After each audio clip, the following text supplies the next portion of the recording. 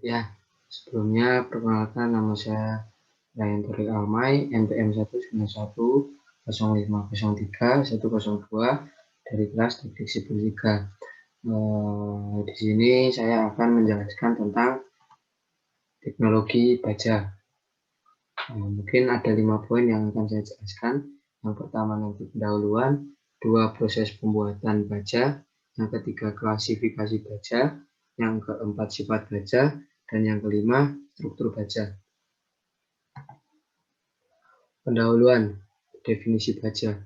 Menurut para ahli antara lain, yaitu ada 1 Merriam-Webster, pengertian baja adalah besi komersial yang mengandung karbon dalam jumlah berapapun hingga sekitar 1,7% sebagai penyusun paduan penting. Mudah dibentuk bila dalam kondisi yang sesuai dan dibedakan dari besi tulang oleh kelenturan dan kandungan karbon yang lebih rendah. Yang kedua, Cambridge Dictionary. Definisi baja adalah kuat, yaitu campuran besi dan karbon, digunakan untuk pembuatan benda-benda yang membutuhkan struktur yang kuat, terutama kendaraan dan gedung. Dan yang ketiga, Collins Dictionary.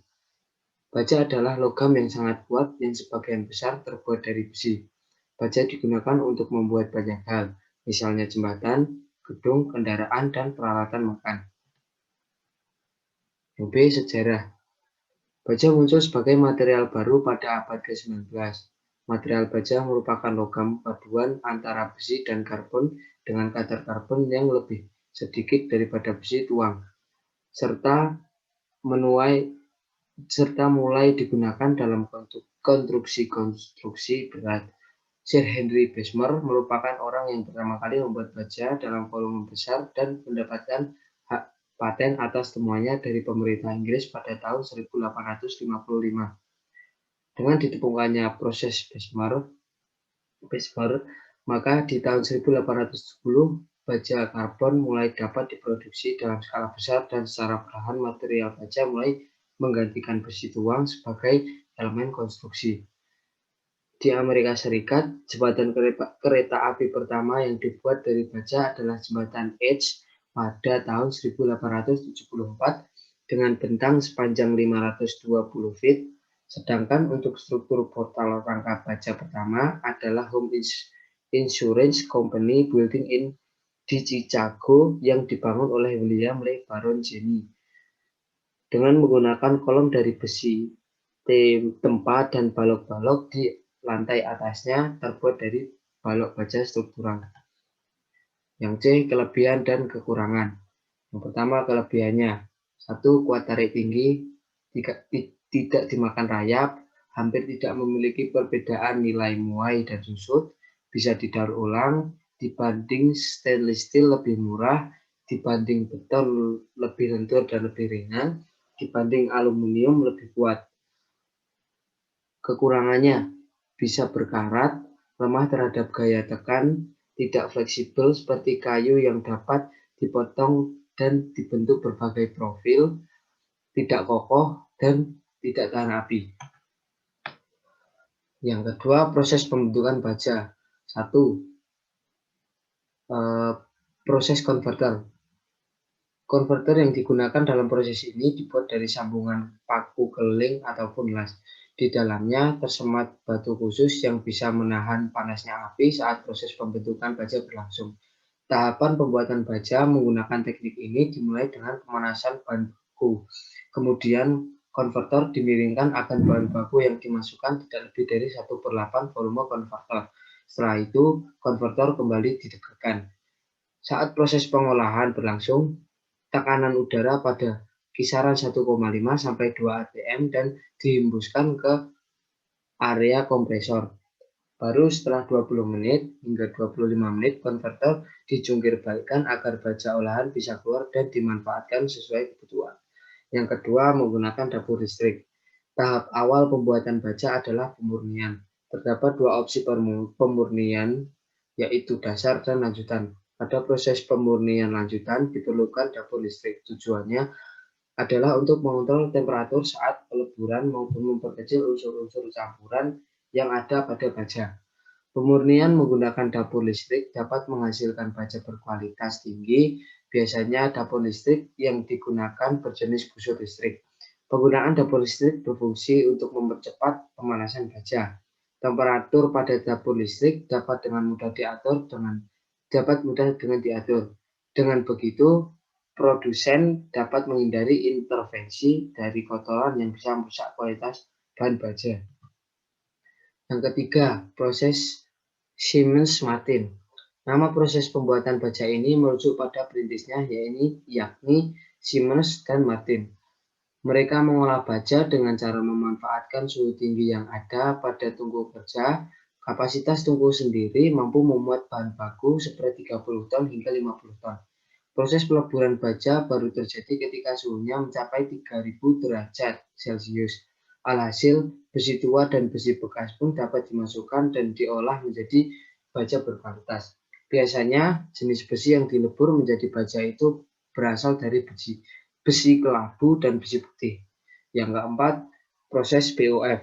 BOF atau Basic Oxygen Furnace adalah proses pembuatan baja yang memanfaatkan oksigen murni dan panas. Oksigen ditiupkan ke areal besi kasar sehingga bisa membakar habis kotoran yang tersisa. Dapur pengolahan baja pada proses BOF biasanya berdiameter 5 meter dan berkapasitas 35 ton hingga 200 ton. Durasi pembuatan baja dengan proses ini memakan waktu sekitar 50 menit. Selain itu, biaya operasional untuk peralatan maupun pengerjaannya juga lebih murah ketimbang proses lain. Yang kelima, proses dapur kupola. Proses peleburan besi kasar, kelabu, ataupun besi bekas menjadi baja berkualitas terjadi di dalam dapur kupola. Bentuk dapur kupola menyerupai kubah yang dioperasikan secara berpasangan. Proses dalam dapur kupola ini dengan cara memanaskan area kubah agar terhindar dari uap api. Sedangkan proses pemanasan besi hingga menjadi baja kurang lebih memakan waktu selama 15 jam lamanya. Bagian kokas pada area dapur yang sudah menyala kemudian ditip menggunakan blower. Setelah kokas terbakar, besi bekas dan kepingan baja dimasukkan ke dalamnya setelah kurang lebih 15 menit. Baja telah mencair dan dapat dikeluarkan untuk dibentuk sesuai kebutuhan. Yang terakhir, proses Bessemer. Proses pembuatan baja menggunakan teknik ini hampir mirip dengan BOF. Hanya saja, proses Bessemer tidak memakai oksigen murni melainkan uap air. Teknik Bessemer merupakan teknik yang paling umum diterapkan baik dalam industri menengah maupun industri dengan skala besar. Yang ketiga, klasifikasi baja. Pertama, baja karbon biasa. Karena sifat-sifat baja karbon biasa atau plain carbon steel sangat bergantung pada presentase karbonnya, maka pada baja ini selanjutnya diklasifikasikan berdasarkan presentase karbonnya saja. Yang pertama, baja karbon rendah atau low carbon steel atau dead melt steel memiliki kandungan karbon di bawah 0,15%. Baja ringan atau mild steel memiliki kandungan karbon antara 0,15 sampai 0,3%. Baja karbon sedang atau medium carbon steel memiliki kandungan karbon antara 0,3 sampai 0,7%. Baja karbon tinggi atau high carbon steel memiliki kandungan karbon di atas 0,7 sampai 1,3%. Dengan meningkatnya kandungan karbon pada baja, maka akan meningkatkan kekuatan dan kekerasan pada baja karbon, sementara tingkat keuletan atau duktilitas akan menurun sehingga menjadi getas. Yang kedua, wrought iron atau besi tambah. Wrought iron atau besi tambah adalah bentuk besi paling murni. Meskipun mungkin mengandung karbon dalam persentase kecil, wrought iron biasanya dibuat dengan proses puddling dan selain itu pada proses pemuatannya mengandung lebih sedikit terak. Wrought iron atau besi tempah sangat mahal dan penggunaannya sudah hampir benar-benar digantikan oleh baja yang lebih murah. Namun untuk beberapa komponen seperti rantai kait atau chain links, besi tempah masih menjadi bahan baku pilihan. Di beberapa rumah-rumah tua, besi tempah digunakan pada pagar dan besi gerbang. Yang ketiga, cast iron atau besi cor. Besi cor mengandung lebih dari 2% karbon yang merupakan batas teoritis kandungan karbon untuk baja. Namun umumnya pada proses pembuatannya kandungan karbon dari sebagian besar besi cor berkisar antara 3% sampai 4%. Salah satu ciri dari besi cor kecuali besi cor putih yaitu sebagian besar kandungan karbon digunakan dalam bentuk bebas sebagai grafit yang menentukan sebagian besar sifat dan karakteristik besi cor. Besi cor umumnya diproduksi di tungku coke kokas dengan mencairkan campuran pig iron. Besi cor bekas dengan presentasi kecil tidak lebih dari 5% dari scrap baja berukuran kecil. Titik leleh cast iron atau besi cor jauh lebih rendah dari baja. Sebagian besar produk yang diproduksi dengan besi cor menggunakan jenis besi cor kelabu karena harganya yang murah dan banyak digunakan. Berikut ini merupakan jenis-jenis besi cor atau cast iron. Yang pertama besi cor kelabu, yang kedua besi cor putih, yang ketiga besi cor lunak, yang keempat besi cor nodular, yang kelima besi cor paduan. Alloy steel atau baja paduan. Alloy steel adalah baja karbon yang dipadukan dengan beberapa elemen paduan pada komposisinya sehingga dihasilkan karakteristik dan sifat khusus pada baja karbon biasa. Selain itu dapat meningkatkan kualitas pada baja tersebut. Unsur-unsur paduan utama yang digunakan pada baja paduan adalah kromium, nikel tungsten, molybdenum, vanadium, kobalt, mangan, dan silikon. Baja paduan tersedia dalam berbagai macam variasi. Masing-masing variasi tersebut telah dikembangkan untuk kebutuhan dan tujuan yang lebih spesifik.